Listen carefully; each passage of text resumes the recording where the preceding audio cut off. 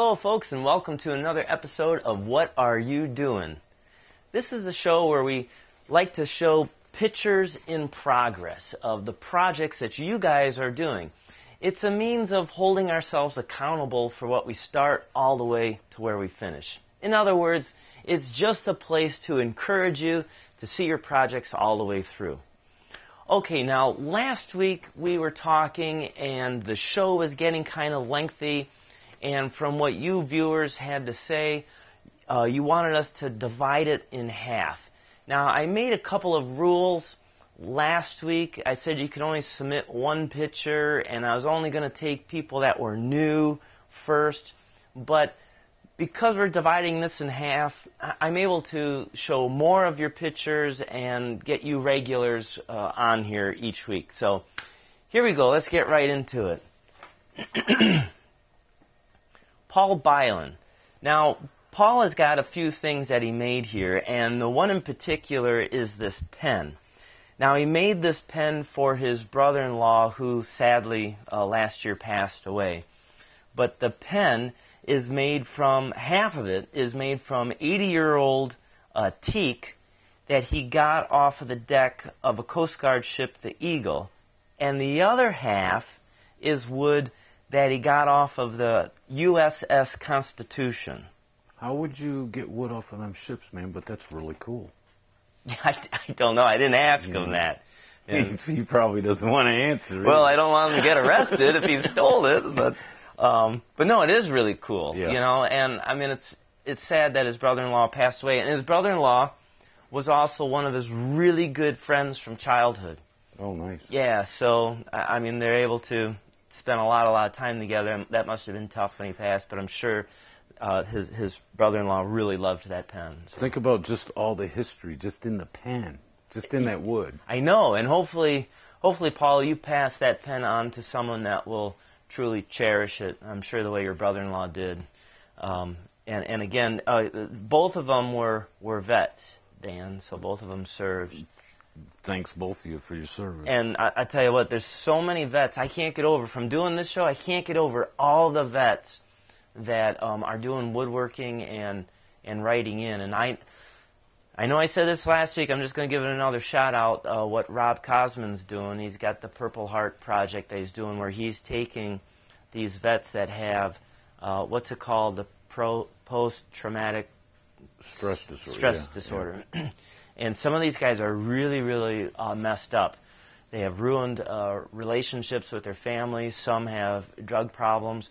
And Rob takes them for a week. They get fed. They learn everything about woodworking that you can do in a week. But they're action-packed weeks, like 10, 11-hour days.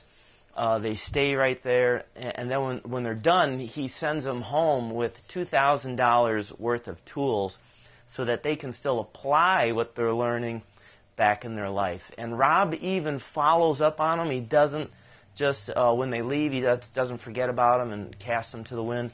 He follows up on them to make sure that they're sticking with it. So, again, I did this last week. I'm going to do it this week. If you guys want to donate to help Rob out, it's a great cause that he's doing. So. Isn't it something so simple can be so good? Yeah, well, I had no idea how much woodworking could really change these guys' lives. I mean, it calms you down. Well, you know, I've always loved woodworking, obviously. I mean, it's my hobby, it's my job, it's my passion. I mean, I'm the most boring person in the world because it's all I talk about. But I didn't realize how much therapeutic healing it does. So, you know, at any rate, a lot of vets write into this show, and if anyone watching that has the ability to help Rob out, I'm going to have his link again below in the description. So, okay. And finishing up with Paul, he's got this clock, a serving tray, and he's making this flag box. And there's going to be an auction coming up, I think, this month in June. And all the money that he raises for this is going towards to help the vets. So it's a nice thing that Paul's doing.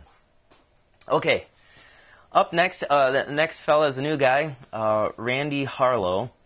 And Randy made this spectacular coffee table. I mean, I love looks like there's some serious joinery in it, but look at the inlay on that top. So Randy said this is mahogany, maple, and wenge, and I had to ask Randy if that was routed in by a CNC or if he did it with a hand router. And he did it with a hand router, and then he fit and inlaid all of that. So That's beautiful. really cool piece. looking, yeah. Very cool, very beautiful. I'd like to see some more of his work that he does. So, Randy, thanks for sending that in. Hope to see more of you on the show here. Lester Grayson. Now, Lester was telling me in an email that he has a very small shop. This shop is evidently a pool room. I don't know if he's using the pool or not, but he said there's like water in there, from the pool, and he has to take his tools outside. But now the photo, he said he's making a sink. That's a toilet, Chad. That's a toilet. Well, that's an east side toilet. I'm sorry.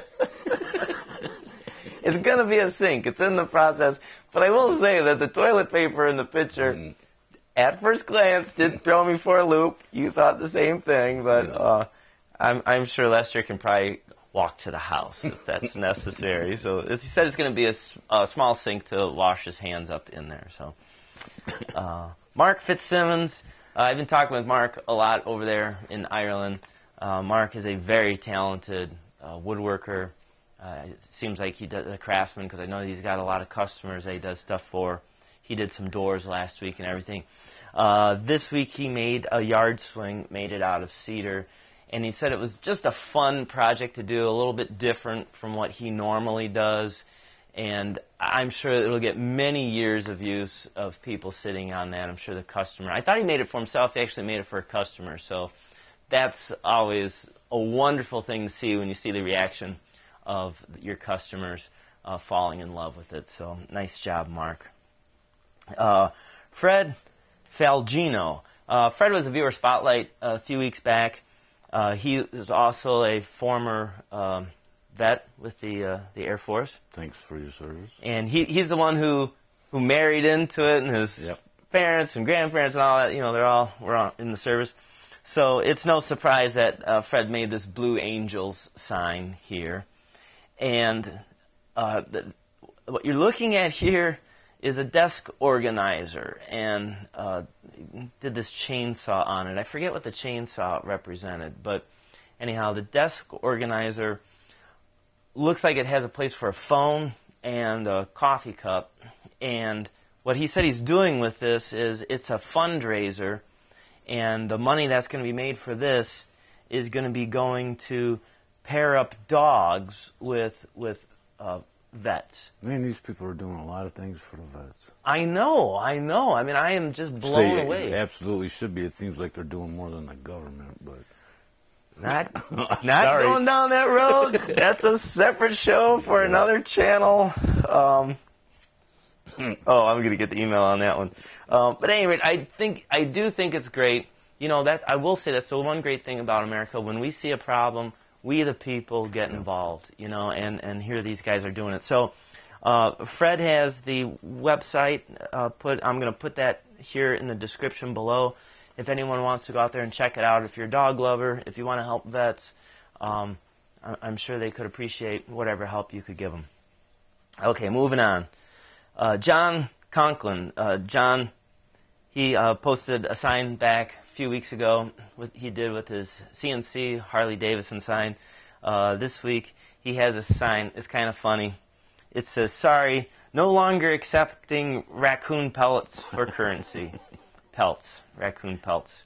And he says he has that hanging in his shop. I thought that was kind of funny because, people come in here and try and pay me with squirrel hide. So, yeah. So, John, if you wouldn't mind making one, just alter it a little for you. No, at any rate. But it's the CNC machine is something that we've talked about here from time to time. Rick Frazier over there at Silverback Woodworking. He does CNC. His videos are about that. And I know this is a growing topic.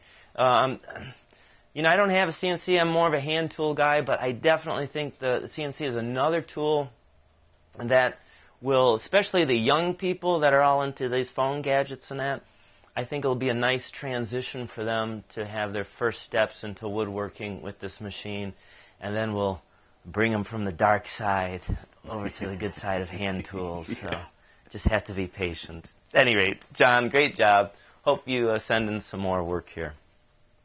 Okay, Andy Farmer. Andy's over there in the UK. Excuse me. And I just love how we get stuff from all over the world. I've said it before, it blows my mind, but this is great. This little show reaches so many people. But Andy is in the process of making this planter box for a fuchsia bush for his daughter. And it looks like he's using it out of some reclaimed material. And I see he's got some hand tools there. So nice job, Andy. You're on our side. But at any rate, it's kind of fun. You don't have to be a great woodworker or anything, as long as you're trying and getting involved. And that's what the show's about, encouraging you guys to keep making stuff. Post it here. We want to encourage you. It's not a competition. And we'll answer some questions about woodworking here a little bit too. Now, Andrew Pichard, I always get that last name messed up. Pichard. Andrew. Pichard. Is, I got it wrong too then. Yeah. He's making a bookcase, and so this is a diagram, I guess he did it in SketchUp, of what he wants the bookcase to look like. And I love the legs on it. I'm telling you, anytime you can add curves into a piece, there's something that's a little elegant, a little classy, it's graceful. I really like the legs on this. And so he said he was going to try and steam bend it. Never quite did that before, so he decided to rip them down into thin strips, do a laminate glue up, I imagine on a form. And he said it's his first time trying to do that. And I say hats off to you, Andrew, because this is something that I try and preach to everyone. No matter what level you're at woodworking, you should never get complacent. You should always try and do more and more. Try and do something you've never done. And if it goes wrong, no big deal. I mean, you'll learn from that. But this is how we can actually become better woodworkers. And so Andrew is trying to do that. You can see some photos. He's got the legs clamped up. I'll be real anxious to see the progress of it in the weeks to come. So get out of your comfort zone, right? Absolutely, absolutely. You know, and I've been doing this 20 years, and I even find that I fall into certain comfort zones and have to push myself out. And I talk with some of these older fellas, like probably heard me mention Dennis Laney and Les Essman, Les Elsey. And these guys, I mean, they're in their 70s, and their knowledge is unbelievable. When I go over there, I feel like a beginner. I mean, like I don't know the difference between a hand plane and a hand saw. I mean, these guys, but they teach me the stuff and share it. And I mean, I feel I'm pretty good with hand tools, you know. I feel pretty confident with them. Be like, hey, Chad, could you cut this tenon for me? And I get nervous. But that's good. I need to get out of my comfort zone, and I shouldn't ever think that, like, I know too much. There's always something to learn. So, okay, so Sean Meyer, he made this, calls it a kitchen helper. I guess it's a step stool with some safety bars for his kid. Looks like his kid wants to help out in the kitchen. I don't know. I'm assuming the kid's maybe 2 or 3. Sean, I'm not sure how much help you're going to get from that kid in the kitchen. I have a feeling you'll be making more of a mess than be helping. But nonetheless, it's great when you have your kids around you and can encourage them to do things together. So nice job, Sean. John Bell. John Bell made this, he says, a display case. And he made it out of some pine, oak, and cypress, and cedar. I love the look of these colors together. He said he did a shellac finish on it. And I thought it was a coffee table when I first glanced at it, you know. So, John, I'll be real anxious to see what's going in the display case. And I was curious, is the display case for you, or was it for a customer or family friend? Anyways, send us a photo next week. I'd love to see what it looks like completed. Okay, now, last week we had Kate McLaurin, and she restored an old shopsmith tool. And she said she primarily used it for a lathe.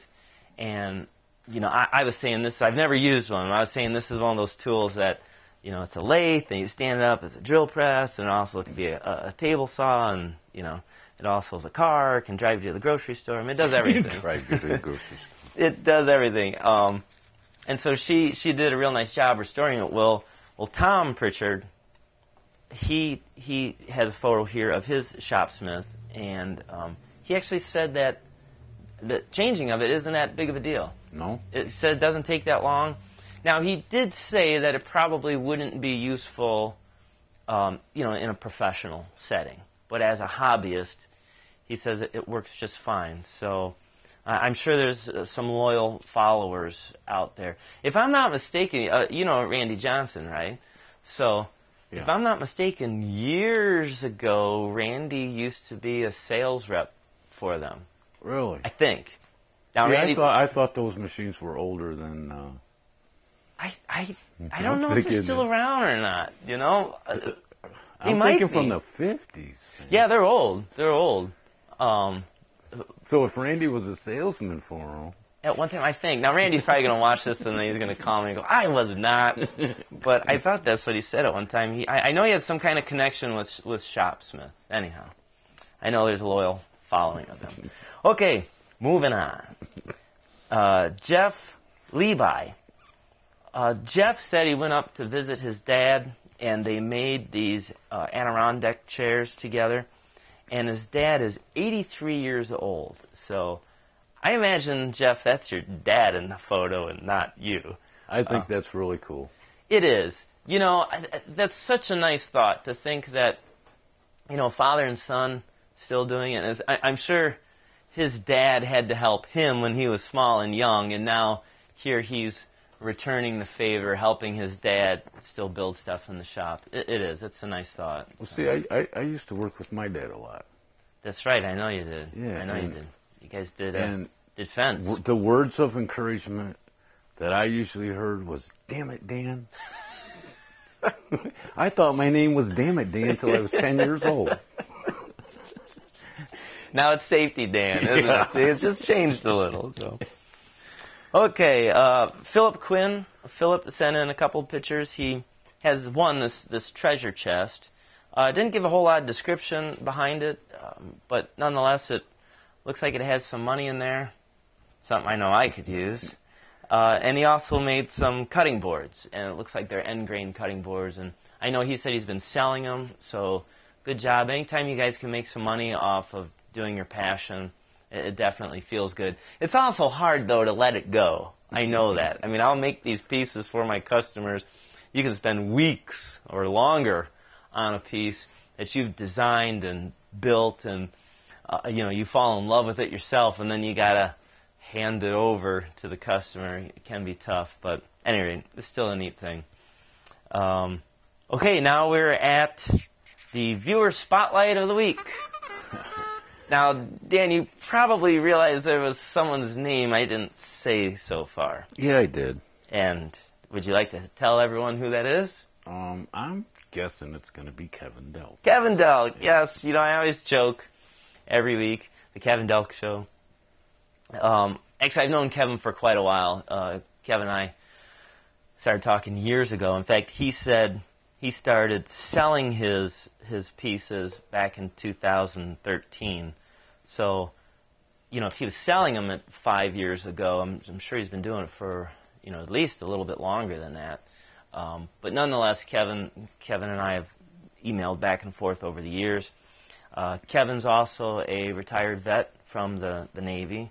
Thanks for your service again. Yeah, young guy though. He's not an old. He's a young guy, and Kevin has a mix of power tools and hand tools, and he tackles everything from small jobs to big jobs. So you can see in the photos that are going by here, he's got everything from little boxes to cabinets to even decks. Does some amazing work. It's nice. The thing about Kevin, he is a real go-getter. I mean, he just seems to digest everything, take it in, and he's really quite good. I have to admit, I was pretty impressed with his progress early on and his accuracy early on of the pieces he was making. It seems like to be a real natural at this, or he's just, taking it in so much. But at any rate, so I have listed below Kevin's website, his links to like Facebook and all the social media stuff, his YouTube channel. And I started watching some of his more recent videos he's putting out, and he's getting better. Look, you guys probably think it's easy to stand in front of a camera and just talk and everything. It's not. It takes a lot of practice to be comfortable with a camera and to be yourself, and at the same rate get across all the points and information that are vital. You don't want to give too much, you don't want to give too little. And in a couple of videos I was watching, Kevin seems to really be picking that up well. So if you want to watch some of his stuff, he's got some hand-cut dovetail lessons on there. He does a little shop tour, shows off some of his hand planes. Love hand planes. So go over there and check it out. If nothing else, give him some encouragement and some advice. I'm sure he'll appreciate it. Okay, so that is what you guys are doing.